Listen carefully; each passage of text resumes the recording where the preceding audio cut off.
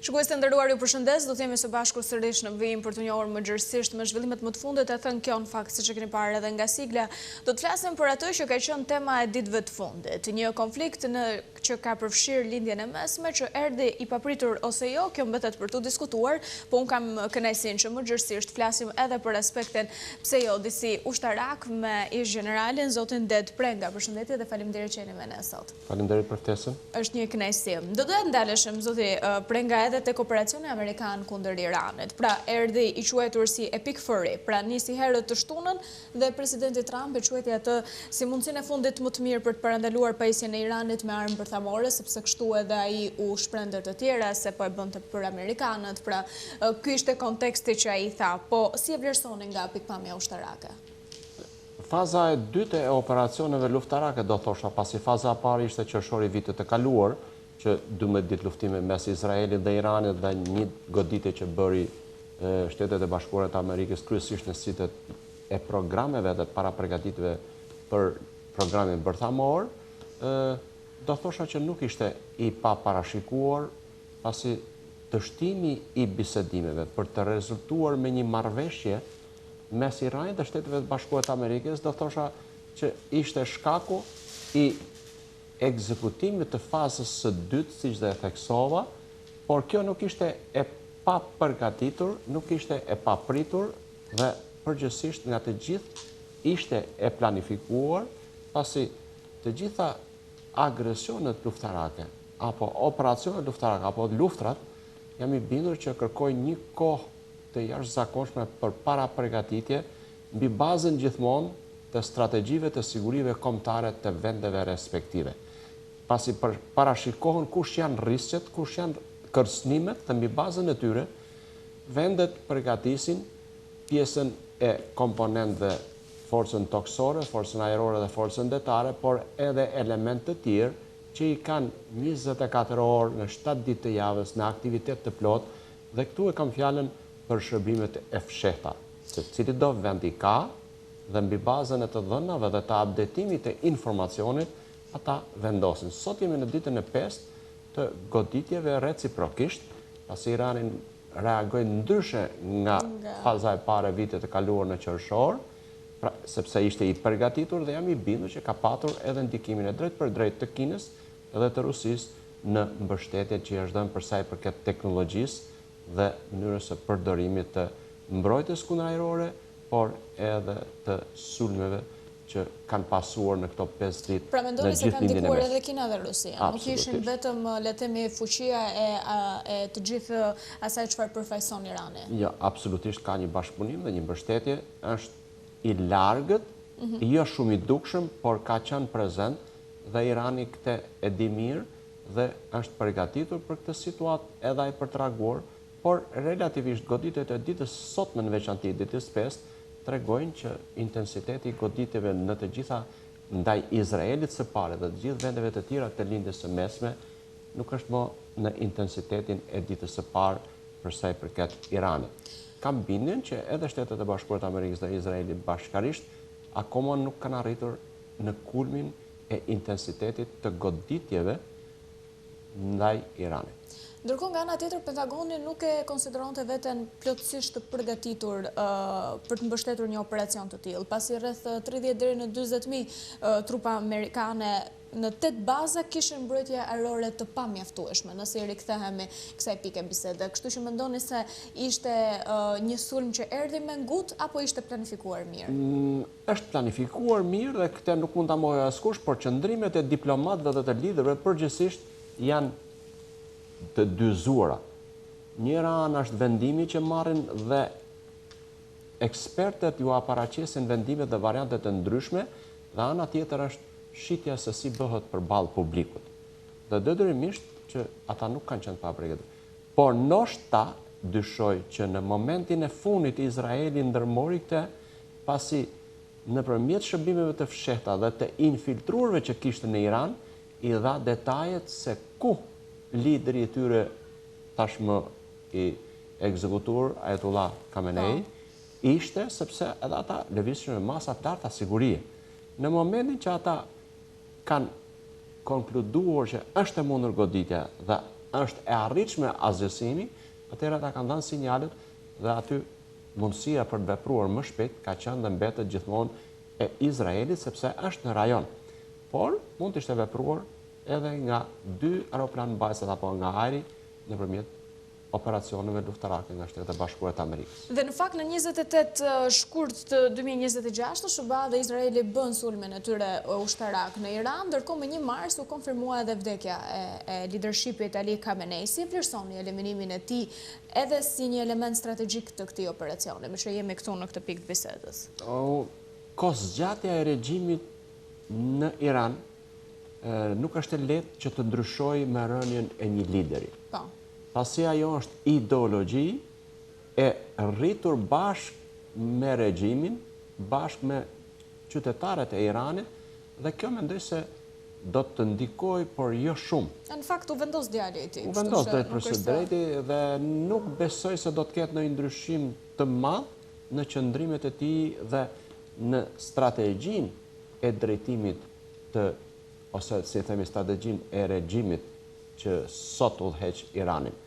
Nëse ata e kanë menduar dhe e kanë diskutuar, dhe unë do thosha që është rasti për ta riparë edhe një herë qëndrimin e tyre në raport me Shtetet e Bashkuara të Amerikës, por në raport edhe me rajonin, mbase do të ishte me vend që të mund edhe për vetë qytetarët, sepse rreth 30-40% e qytetarëve që jetojnë në Iran janë të pakënaqur, janë me probleme ekonomike dhe sanksionet e zgjatura, ose të zgjatura do thosha, të ndërkombëtarëve ndaj Iranit kanë bërë që ekonomia e tyre të jetë në kolaps. Dhe nëse do të jetë ekonomia në kolaps, atëherë detyrimisht që edhe regjimet janë në zgrip ose gjithmonë të rrezikuara. Unë do mendojsha që do të ishte momenti i duhur që ata të mund dilnin me një qëndrim krejt tjetër, jo për të dorëzuar, por për të siguruar pak liri dhe demokraci më tepër brenda Iranit për qytetarët e vet dhe për të mund shmangur atë pjesën e përplasjes së përhershme mes Izraelit dhe Iranit. Nuk është momenti apo nuk është koha, mendoj unë, për të vazhduar për të quajtur armik të përjetshëm një shtet tjetër, sepse me të njëjtën monedë do të veprojë edhe shteti tjetër që e ke brenda rajonit, do thosh. Aq më tepër që ka dhe mbështetjen e pakursyer të Shteteve të Bashkuara të Amerikës. Dhe po të flasim tani aktualisht, Irani ka humbur në një farë mënyrë edhe mbështetjen apo përkrahjen e të gjithë vendeve që janë të vendosur në lindjen e mesme, sepse goditja që ai u ka bërë të gjithave, do të thotë që e bën kundërshtar. Ai mund mos jetë, e mund mos bashkohet aksioneve dhe operacione luftarake të Shtetit Bashkuar dhe Izraelit, por është e vështirë për ta quajtur mik një vend. Pra ra edhe ajo, si më themi, miti i famshëm që Dubai dhe Emiratet e Bashkuara janë vendet më të sigurta në botë. Ai e goditi edhe Dubai. Dhe në këto kushte i ka ngelur vetëm një vend që është Libani, nëpërmjet organizatës së tyre apo dorës së zgjatur, një nga ato që ndërkombëtarët i kanë quajtur organizata terroriste, ka ngelur vetëm Hezbollah. Në këto kushte kam bindje që edhe Hezbollah i kanë kohën e numëruar, afatin e jetëgjatësisë, si në aspektin politik, ashtu dhe në aspektin ushtarak, sepse goditjet e Izraelit kanë shkaktuar dëme të mëdha në kryeqytet. Trump nga ana tjetër nuk dëshiron të angazhojë çizmen në terren, siç thuhet ndryshe. J.D. Vance, vicepresidenti amerikan, ka qenë shumë i qartë në lidhur me këtë deklaratë, pra ka qenë kategorik për këtë. Mund të arrihen objektivat ushtarake duke pasur vetëm sulme ajrore pa pranin toksore? Pjesërisht, do thosha.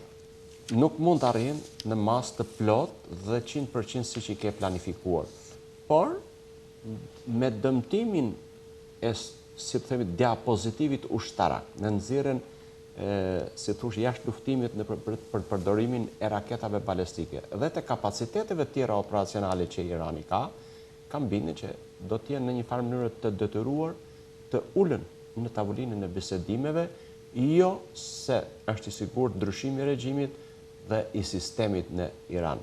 Por, ata duke parë, sepse intensiteti, unë thash, nuk ka arrit akoma, po edhe goditja do të vazhdojë dhe relativisht jo për luftë të gjatë, se kjo është për të parë dhe është dyshim që mund të vazhdojë, por me muaj, me javë apo me muaj mund të vazhdojë, janë të përgatitur palët mbi gjitha Shtetet Bashkuara Izraeli dhe tashmë edhe vendet të tjera evropiane në një mënyrë apo në një tjetër kanë dhënë okejn për mbështetur këtë lloj operacioni luftarak Shteteve të Bashkuara të Amerikës dhe Izraelit, kështu që bota në një farë mënyrë përjashtuar Kinës, Koreas së Veriut dhe disi Rusia, pjesa tjetër janë në krahun e Izraelit dhe Shtetet Bashkuara të Amerikës. Dhe kjo përbën një rast të mirë që pjesa e diplomacisë së Iranit dhe e leadershipit në Iran politik duhet të rishikoj qëndrimin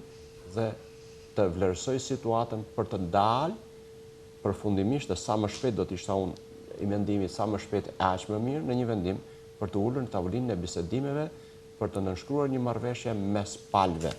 Aty pastaj do t'jetë vendi ku do të diskutohet, por do diskutohet pasi të vendoset armë pushimi dhe të ndalojnë sulmet reciprok.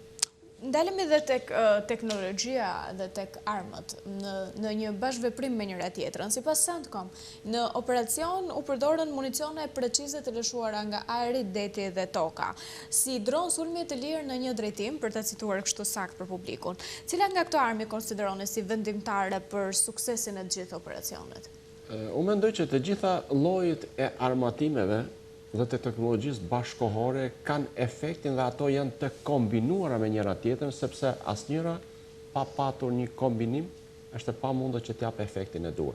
Të gjitha ato që shkojnë nga distancat më të larta që janë raketat balistike apo raketat Tomahawk që lëshohen nga bazat detare që janë në afërsi Shtetit Bashkuar të Amerikës, por pa harruar as pak pjesën masive të dronëve kanë efektshmërinë e tyre. Gjithsesi, gjithmonë mjetet e sulmit me mjetet e mbrojtjes janë zhvilluar paralelisht. Tashmë edhe dronëve, siç është rasti mes Rusisë e Ukrainës, por dhe vendet e tjera kanë arritur të krijojnë edhe, si më themi, kontrapartin ose mënyrën për t'i eliminuar apo për të mbrojtur nga dëmit që shkaktojnë. Këtu nuk bëhet fjalë edhe ajo që quhet Iron Dome e Iron Beam i Izraelit, që janë rrjeta e hekur dhe azësimi i objektivave në mjet rrezeve lazer, asnjëra nuk mund të ndalojnë 100% armatimin dhe teknologjinë që ka kundërshtari. Në këtë rast, edhe për llogaritë që bëhen, është një lloj sikur të themi një luftë që bëjmë plane për të marrë pjesë, për të përfshirë në luftë dhe nuk do të kemi humbje. Kjo është e pabesueshme, nuk mund të ndodhë, sepse sa do masa mbrojtëse që të marrësh, është e pamundur që në një çast në një moment të caktuar për arsye dhe të defekteve që teknologjia bashkëkohore, por ajo mund të ketë pengesat e veta, edhe për arsye të veprimeve të specialistëve që i kanë për një moment të caktuar, nuk mund të themi që kemi mbrojtje 100%. Detyrimisht që armatimi, teknologjia dhe industria ushtarake në përgjithësi është një industri mjaft fitimprurse dhe ka ecur në aspektin shkencor, është zhvilluar në mënyrë marramendse. Askush nuk e mund të imagjinonte që në veçanti teknologjia e dronëve dhe e llojeve të tjera të armatimit të zhvillohej me hapa kaq galopant. Janë zhvilluar, janë përdorur dhe ato vazhdojnë modernizimin kohë pas kohe, duke nxjerrë edhe mësime nga këto raste, sepse në çdo 20 vite që zhvillohet në aspektin ushtarak, pas saj kemi mësime të nxjerra një kolonë veçantë. Aq më tepër në veprime luftarake dhe luftra e konfliktet të përfshira që secila palë nxjerr mësimet e nevojshme dhe fillon përgatitjen duke u buxhetuar me programin dhe me personelin shkencor, tekniko-shkencor për ta përmirësuar dhe për të eliminuar mangësitë që i rrallë vihen re në raste të tilla. Gjatë muajit të fundit u dislokuan sisteme Patriot për të interceptuar raketat iraniane, si dhe avion F-35, F-22, F-16 dhe bombardues strategjik në gatishmëri. Si funksionon ky sistem mbrojtjeje i shtresëzuar? Është mënyra më e mirë raketat të cilat interceptojnë dhe asgjësojnë objektivat ajrore. Është relativisht e kushtueshme. Dhe kjo që thash më lart, pjesa e Iron Beamit nëpërmjet rrezeve lazer është më pak e kushtueshme. Pra, asgjësimi i një objektivi kushton $2. Pra, kjo natyrisht që nuk është për distancat e larta, e largta dhe për distanca të largta janë raketat, të cilat edhe kjo rrjeta e hekurt e Izraelit, e cila realizon interceptimin dhe asgjësimin. Por dhe këto nuk arrin dot në 100% të objektivave, sepse varet nga kapaciteti i atyre që lëshohen dhe aftësia për të interceptuar, për të asgjësuar. Në këto kushte, ata edhe teorikisht është planifikuar 10 deri në 15% nuk mund të arrit asgjësimin e tyre, por mjafton vetëm një, po të marrim kapacitetin dhe fuqinë shkatruese të një rakete balistike që të bjerë në zonat e banuara se çfarë pasohesh do të lej. Kështu që në këto kushte asnjë, cila do qoftë mbrojtja kundër ajrore dhe perfekte që të jetë dhe me sisteme rrjetash njëra pas tjetrës, është e pamundur që të thuhet që është e garantuar mbrojtja kundër ajrore. Asnjëherë nuk është e garantuar dhe nuk mund të arrihet garancia. Përjashtuar këtu pastaj edhe sistemin e përdorimit masiv të dronëve, të cilët mundet të zhvendosen, siç ndodhi në Rusi, në Ukrainë, që të vendosen me makina transporti sikur po bën biznes, dhe kur shkon në distancën e përdorimit të tyre, hap çatin dhe i komandon të gjitha për të vepruar dhe askush nuk është i përgatitur për të bërë ballë një sulmi të tillë. Këtu taktikat e veprimit të palëve, si mbrojtëse, ashtu edhe mësymse, ndryshojnë her pas here, ndryshojnë edhe gjatë zhvillimit të operacioneve luftarake apo të konflikteve të ndryshme. Pra, në moment të caktuar, sepse vlerësohet situata dhe në përputhje me situatën merren masat për të vepruar. Ndërkohë, ushtria amerikane ka njoftuar se i ka shënjestruar, i ka goditur shënjestrat e tyre në 48 orët e para të operacionit mbi 1250 të tilla. Çfarë tregon ky intensitet bombardimesh për ushtrinë amerikane?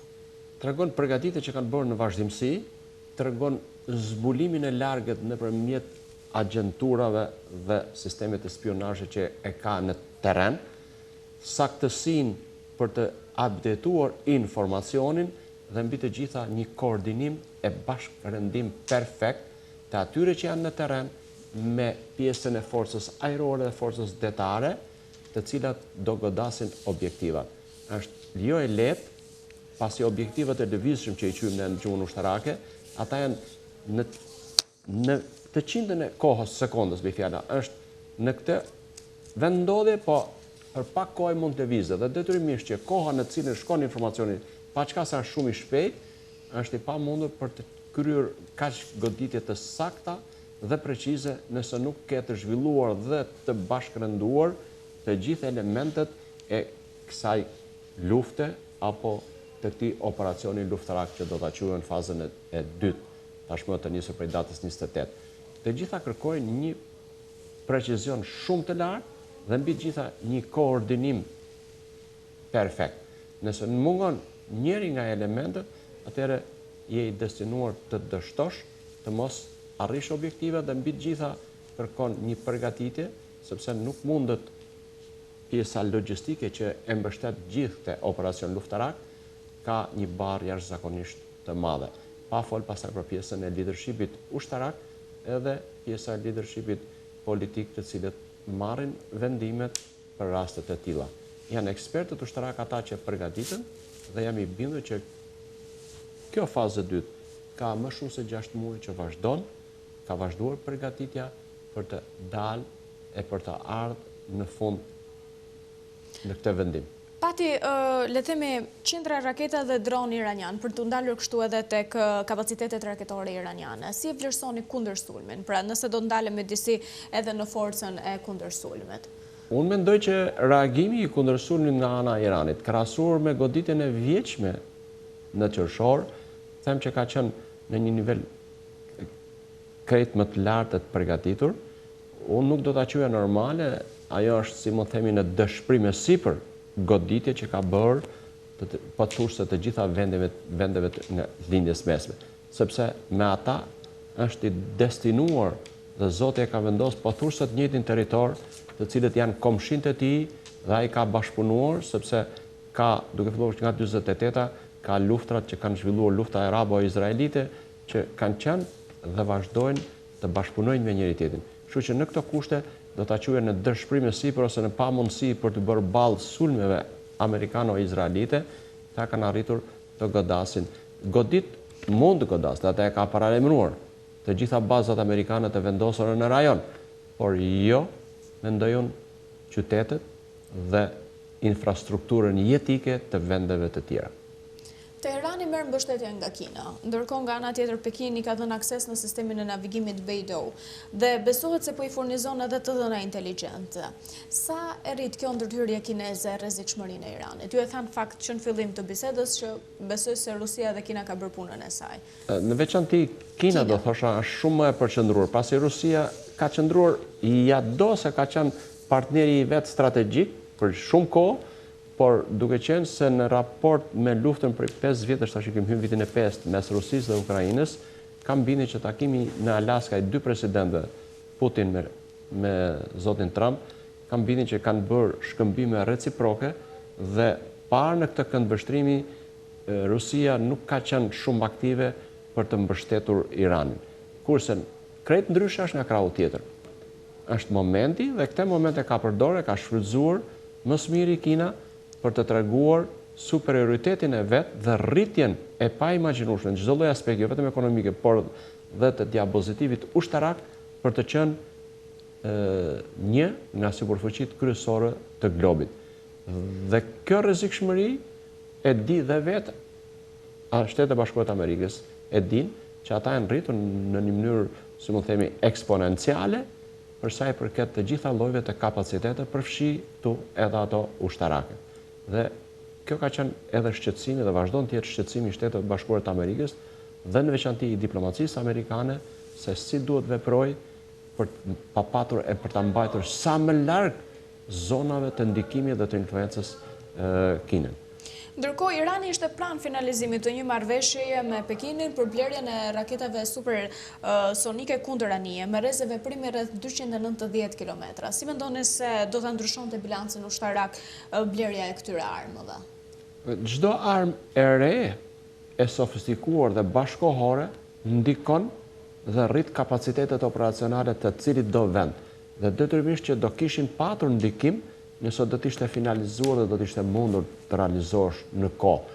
Të gjitha llojet e armatimit dhe teknologjisë kanë ndikimet e tyre dhe jam i bindur që Shtetet e Bashkuara të Amerikës i kanë marrë në konsiderat dhe i kanë vlerësuar me detaje se kush janë mundësitë dhe kapacitetet operacionale për të reaguar menjëherë nga ana e Iranit.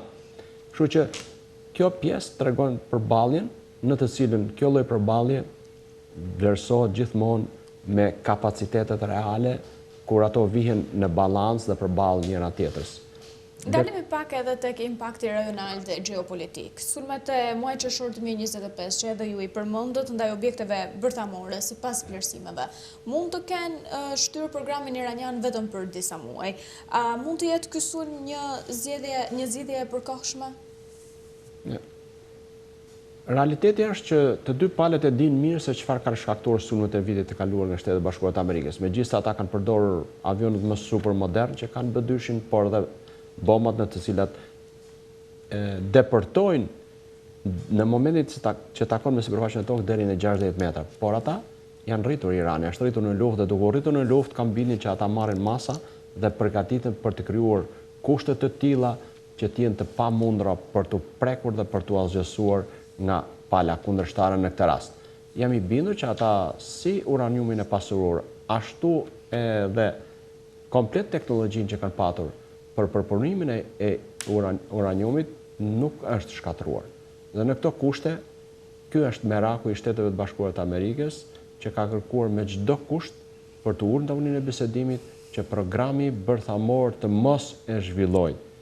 Kjo në dy këndvështrime, në njërin këndvështrimi që e drejta disa vende ta kenë mbushjen bërthamore dhe disa tjera aty ndalohet, kjo nuk qëndron, pasi duhet të jetë i barabartë ligji dhe të veprojë për të dy palët. Për mua do të kishte me vend të kishte një moratorium që të mos ketë në vazhdim shtim shtetësh që të kenë e të posedojnë mbushjen bërthamore, por paralelisht me të mund të sigurosh asgjësimi i atyre që janë, që bota dhe vendet të jetojnë në kushtet të barabarta, jo dikush ta ketë dhe dikush tjetër mos ta ketë. Me që po shoh nga intensiteti i konflikteve dhe luftrave në këtë glob, po vrapohet apo po rendet me shpejtësi që vendet të mund ato që kanë kapacitetet e tyre dhe mundësinë financiare për ta mbështetur, për ta patur si një element garancie shtesë që të mos sulmohen nga të tjerë. Sepse të gjitha vendet që kanë mbushjen bërthamore hezitojnë pala tjetër kundërshtare për të ndërmarrë sulme apo për ta goditur. Sepse kur pala tjetër të ndihet në vështirësi dhe e pamundur për të përballuar armikun, si mund ta themi përballë, atëherë ai do ta përdor, do të rrezikojë ta përdor edhe këtë armë të shkatërimit në masë, ku fatkeqësisht për sa kohë ekziston, është edhe siguri, por paralelisht është edhe kërcënim për vendet e tjera. Në këto kushte dëgjuam edhe para ca ditësh presidentin e Francës, para 2 ditësh mos gaboj, që tha që unë tha administratës time, i kam dhënë detyrë për të rritur sasinë e prodhimit të kokave bërthamore dhe nuk do t'japim asnjë informacion në këtë fushë. Kjo nuk është shenjë e mirë, pas edhe vendet e tjera që nuk e kanë bindje që do të vrapojnë edhe shpejtojnë për të krijuar mundësinë dhe kushtet për ta patur dhe poseduar, thashë dhe në 2 kënd vështrimi duhet parë, si një element garancie, por është paralelisht edhe risk e rrezik i madh për botën. Trump përmendi mundësinë e ndryshimit të një regjimi, gjë që mesa kuptova nga biseda jo nuk e pat të mundshëm të ndodhë. Po megjithatë, nëse ka një skenar të tillë, si shikoni nga pikpamja gjeopolitike, është e menaxhueshme? Unë mendoj që ndryshimi i regjimit nuk mund të ndodhë as nuk mund të importohet. Ndryshimi i regjimeve, paçka se mbështetja e jashtme ka efektin e vet, ndryshimet përgjithsisht ndodhin atëherë kur popujt e kuptojnë, e dëshirojnë dhe e duan dhe e kërkojnë protestat e tyre, mënyra e reagimit të tyre, kur përveç protestave, se protesta kërkon një element që është shumë i rëndësishëm, që është masiviteti. Nëse do ta ketë një gjë të tillë, atëherë siç janë ndryshuar regjimet e mëparshme, ai para shau dhe pastaj i shau dhe këta kanë që nga 79-a, vazhdojnë, është e mundur ndryshimi, por unë do thosha dhe besoj në atë që nuk mund të importohet ndryshimi i regjimeve. Roli i nga jashtë është një rol ndihmues dhe do t'i përkrah forcat opozitare në këtë rast e kanë një shans, u është dhënë një shans dhe po ju jepet një shans duke dobësuar regjimin që ata vetë të reagojnë për të marrë fatet e popullit të Iranit vetë në dorë. Dhe këtë ka mbi 6 muaj presidenti Trump që e thotë, ndihma amerikane është nisur, është rrugës dhe kjo është ndihma konkrete tashmë. Dhe po konkretizohet, ka 5 ditë sot dita 5 që ka goditur, si mund themi ka goditur dhe ka eliminuar liderit kryesor politik o ushtarak të regjimit. Tashmë ngelet në dorën e vetë qytetarëve të Iranit nëse duan dhe kanë mundësi e hapësirën e nevojshme për të reaguar mbi të gjitha dhe për të kërkuar liri dhe të drejta e për të kthyer Iranin në një shtet vërtet demokratik. Që nga 28 shkurti ku edhe nisën sulmet kundër Iranit, në kanalet e Telegram qarkullojnë mesazhe si mos e gjyko, godite Bond Steel me koordinata të kampit të botuar të hapur. Si vlerësoni seriozitetin e këtyre kërcënimeve për të ndalur pak edhe tek Bond Steel, tek Maneza dhe edhe siguria e Kosovës pak më vonë? Unë mendoj që asnjë vend aty ku shtrihet dhe arrin distanca e prekshme nëpërmjet raketave balistike, por edhe nëpërmjet formave të tjera të luftës hibride, që cili do vend është i kërcënuar, aq më tepër aty ku ka baza amerikane, përfshi edhe në rajonin tonë, përfshi edhe vendin tonë. Unë nuk do ta nxjerrë as vendin tonë jashtë, se kemi një arsye më shumë së pari, pasi nuk kemi dhe i kemi prishur marrëdhënie diplomatike me Iranin, dhe arsyeja më shumë e tyre është që ne kemi strahuar edhe opozitën kryesore, që kemi rreth 2.000-3.000 që janë në mujahedinët që janë të vendosur në Manës. Dhe kjo përbën një rrezik, por parë kjo në kënd vështrimi edhe të politikanëve ato diplomatëve në deklaratat që ata bëjnë. Duhet të jenë për mua shumë të kujdesshëm deklaratat, sepse deklarata bëhet më shumë për të shitur për publik se sa ti po i jep ndihmë njërës palë apo tjetrës. Nuk kemi ne kapacitete për të dhënë ndihmë as njërës as palës tjetër. Nëse kërkohet, atëherë qëndrimi do të jetë i matur, i formatuar me kujdes që të mos marrësh riskje mbi vete. në këtë rast nuk jemi të përjashtuar, do thosha me bindje që as ne nuk jemi përjashtuar, as Kosova, as rajoni, sepse ne jemi vija e fundit kur raketa balistike arrin deri në 2500 km. Arrin se ka një ekspertja Jeta Losha nga Qendra Kosovare për studimet të sigurisë, thotë se Irani si nuk ka më rreza të gjata sa për ta synuar Kosovën. Nuk jeni dakord? Jemi në raketa balistike që Irani ka, nuk janë zgjestuar gjitha në 2000 distancë maksimale 2500 km ku ne jemi në kufi të arritjes së saj. Qartë. Dhe nuk i shpëtojmë, por jam i bindur që ata nuk do të harxojnë kaq shumë për raketa, por unë nuk përjashtoj mënyrën e vepruarit të luftës hibride.